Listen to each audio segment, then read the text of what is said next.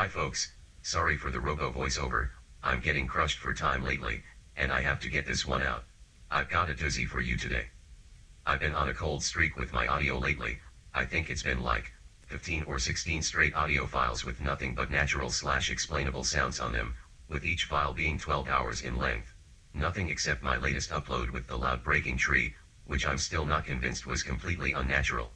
A few videos back, I offered the possibility that these UFBs really despise loud obnoxious sounds disrupting their normally peaceful forests. I then had you listen to this knock/vocal, which was heard immediately after a couple of bear hunters were heard loudly arguing deep within the Chequamegon National Forest.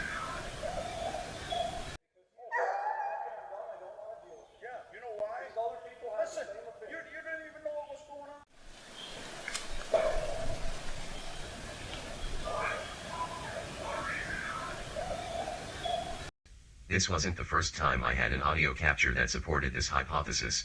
If you dig deep within my video archive, you'll find capture 24 here, where these completely inexplicable descending pitch whistles were heard in the forest during a fireworks show.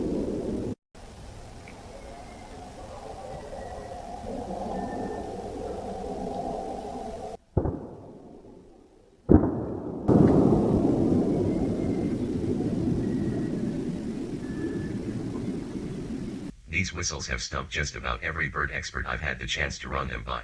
Then more recently, Capture 79 showed us that this UFB chose to go full throat vocal under the annoying sounds of juvenile ravens squawking overhead.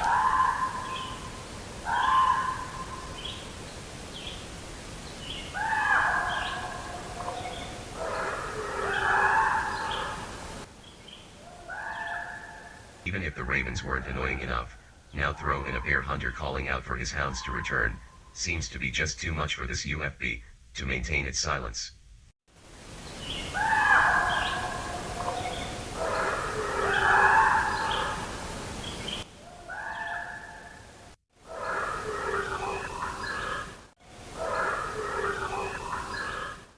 What I'm really trying to get at here is that I'm postulating that these UFBs have a silence first credo that they like to stick to. But there are some external factors which can increase the likelihood that they break that silence. Two factors really. The first, as discussed already, is just an audible response to the loud noise out of anger or annoyance. The other, as discussed in Capture 80, sound masking, UFB tactical mastery hypothesis, where they may use loud sounds in their environment to mask their communication attempts, in a carefully measured way. Some of these are more one factor than the other, like the bear hunters. That seems to be a factor one thing alone. There's no other sounds going on when the knock vocal sounds off. But the raven squawking and bear hunter calling out capture might be a combination of tactical sound masking and just run-of-the-mill annoyance working together to elicit the audible response. Anyways, what I have for you today might fall into that combination of the two factors category, where the unexpected sounds of an outdoor music festival elicit not just one, but potentially hundreds of responses over the span of a few hours. There are just too many to cover in depth for this video, so I have published the complete unedited file just minutes before this one, which has all the ones heard here, along with many human-like utterances. The ones that might pass as human will not be analyzed in depth for this video. I published that long file just minutes before this one, as I want this one to be the most recent, as I believe this to be the most enlightening, but both are necessary. The context of the situation is important to lay out here. This is a location I call PH99, first sampled in the summer of 22, where captures 83 and 84 were gathered, along with my most recent video entitled, The Loudest Tree Break Ever Recorded. Exactly where the outdoor music festival was whittled down to 3 potential taverns. One was 2 miles to the south and east of this location, another was 2 miles to the east, and the third was 3 miles to the west. I do not believe the music could have been from a jacked up car stereo, because there are just too many live music tells heard during the recording. The file begins at midnight, and the first utterance is heard almost right away. What happened to the file leading up the midnight hour showed nothing out of the ordinary, live music notwithstanding. If you're listening to this on a stereo with some good subs, you'll most definitely hear the bass booming to an alarming extent, which is what probably annoyed these UFBs to begin with. These low-frequency sounds as produced by modern PA systems are quite impressive, and travel through the woods for incredible distances, but the higher frequency sounds, like the vocals from the PA system, get mushed on the way to my recording device, as they have to travel through miles and miles of old-growth forest. Therefore, It's important that I present this to you in spectrogram form, so you can see the difference between the amplified distant vocals from the PA system, and the nearby vocals produced by our unknowns, which have higher peaks on the spectrogram. This is very important. These higher peaks from the band, no matter how loud that PA system was, would get shaved off through the forest. Moreover, than for me to try to show you how to empirically identify the differences, you can just get a feel for it. You can just tell which ones are closer. The bass comes through loud and clear, as for reasons previously discussed. So, to give you an idea of the annoyance of the bass through the forest, I will play the first capture unedited. Then I will run most others through a high-pass filter to alleviate the bass for those of you listening with subs. The previously uploaded video with the long unedited file will have the bass intact if you want completely accurate context, as it's important that I include that option. This video will be a compilation of sounds that are not human-like. Although I believe a lot of those human-like vocals are likely from UFBs, they could easily pass for human. It should not surprise anyone that these most likely, very human-like beings, can sound very human-like if they want to. But it's just way harder for a human to sound like a UFB than it is for a UFB to sound human. That is why this video will have the Capture 96 title in it for future reference. Anyways, have a listen to this compilation of inhuman sounds from that night. So here we go. First thing that's evident for those of you listening with subs or good buds is the excessive bass. That's these little red blocks down here at the bottom. Those are from the bass guitar.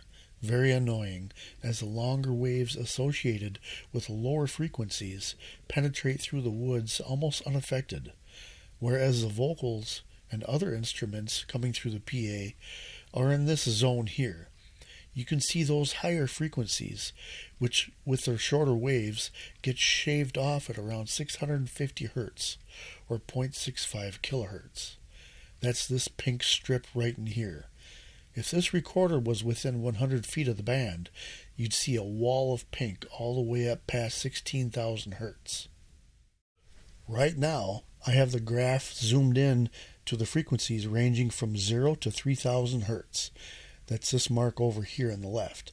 I will maintain that zoom range for the remainder of this video to keep things consistent. So like I maintained earlier, given the distance from the PA system to my recorder, we've got two zones on the graph here where the band can be heard.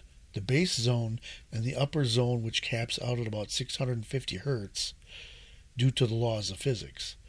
So now that we know that, we can now start to pay attention to the spikes which go above the 650 Hertz cap, which can only be produced by something much closer to my audio trap.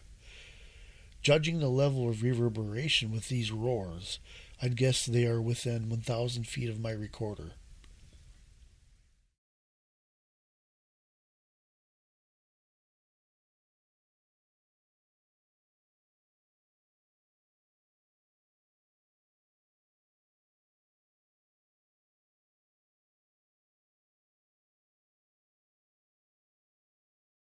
Just one more thing before we get started here. These sounds here are just from frogs. You can hear them throughout this recording.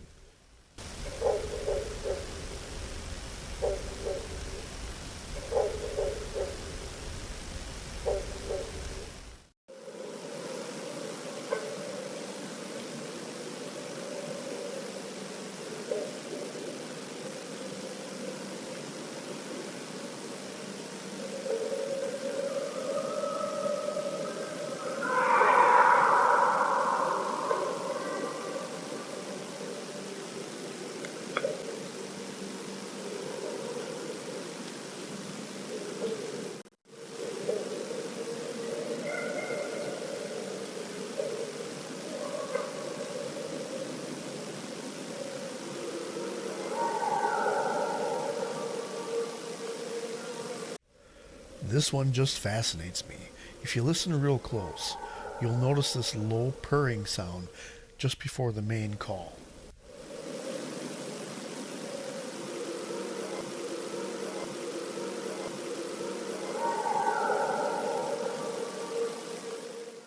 Did you hear it? If not, listen to this enhanced clip of the two-part call and focus on this lower purring sound.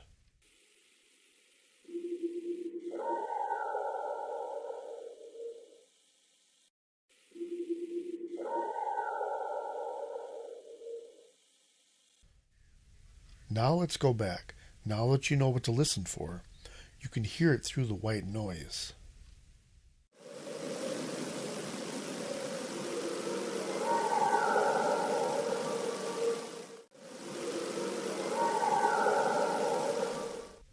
This is actually the best way to listen to these sounds. Your ear will learn to tune out the white noise to get the most accurate feel for what we're hearing.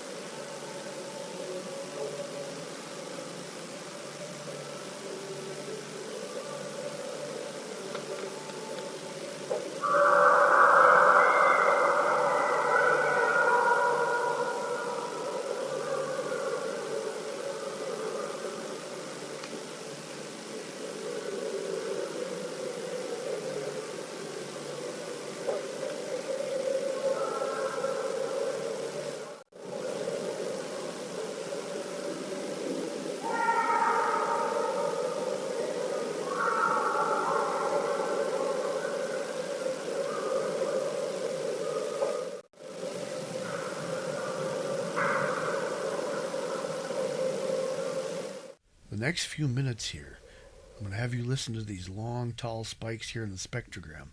These are what I believe to be from a tree busting up rampage.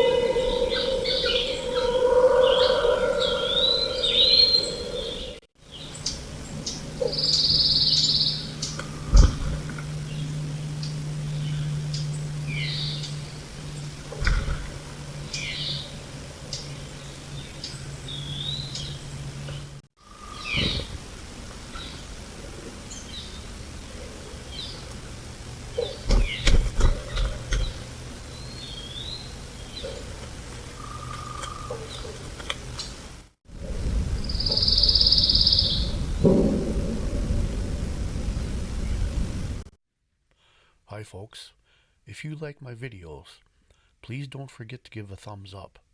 Leave a comment if you'd like. YouTube's algorithms have changed, so if you want to stay notified, in addition to clicking on the bell, sharing one of my videos externally ensures you'll be notified. Anything helps. Thank you.